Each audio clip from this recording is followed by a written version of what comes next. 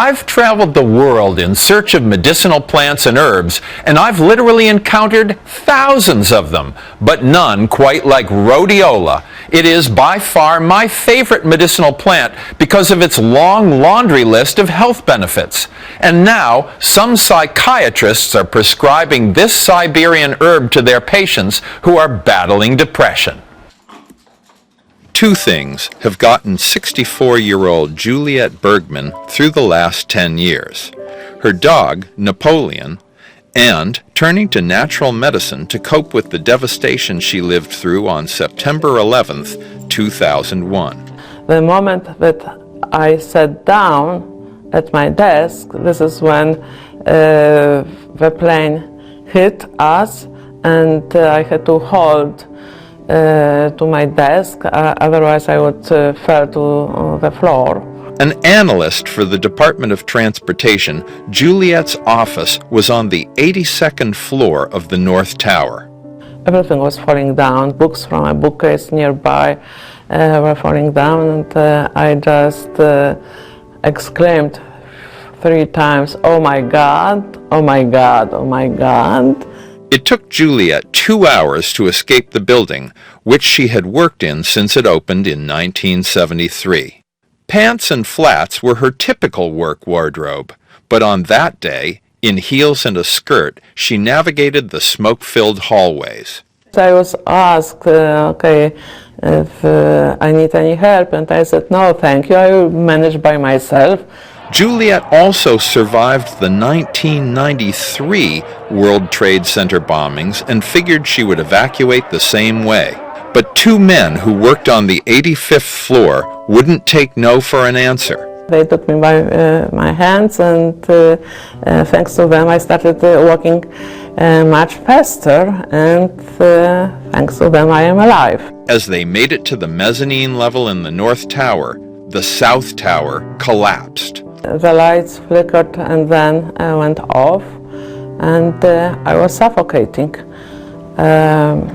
And I accepted death.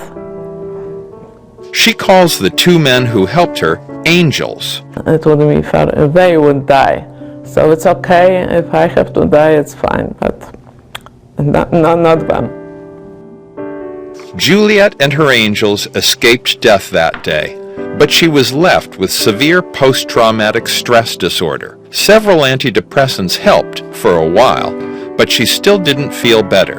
The side effects were terrible. I had metallic taste in my mouth. My hands started to shake, and my speech was slurred. My movement was very slow. She gained 35 pounds and continued taking medication.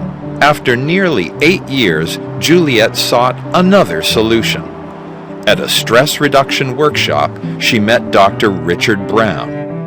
He's a psychiatrist and the co-author of The Rhodiola Revolution.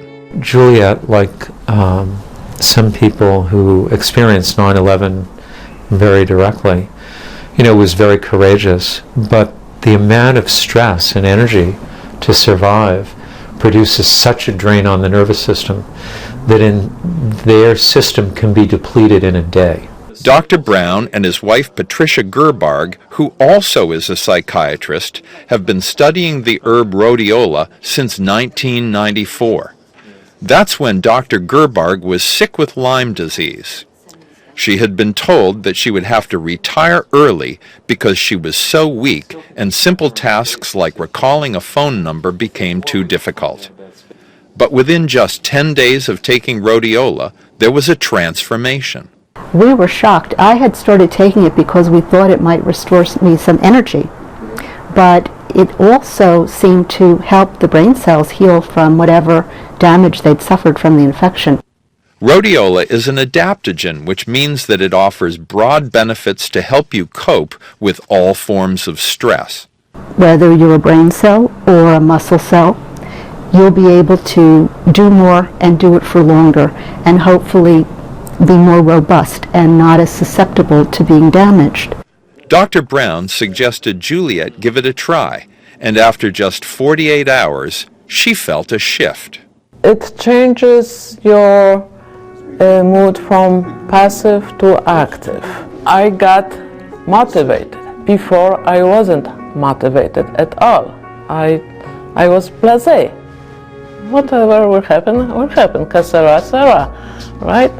Juliet says she felt energized and started working out with a trainer and redecorating her apartment, tasks she was too tired and uninterested in before. Today, Juliet takes 3 rhodiola pills a day and no longer needs antidepressants. Although this isn't always the case for everyone, Doctors Brown and Gerbarg have had similar results with other patients. So we use it a lot in depression. I also use the rhodiola a lot for people who are experiencing fatigue or mental clouding.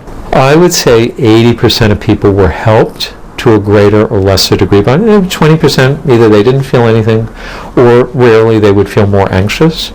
Juliet says she has gotten her zest for life back, but she will never forget the day that changed her life forever. She kept the sweat-stained and sullied clothes she wore on that Tuesday, along with a plaque that once hung in her office that was miraculously recovered from ground zero. She hopes to donate them and her postcard collection of the World Trade Center towers to a museum one day. Now that she's retired, she has a long list of things she wants to accomplish. Before, I was just going through the motions, so to speak, just to get by and okay, another day I have to get up, go to work, whatever.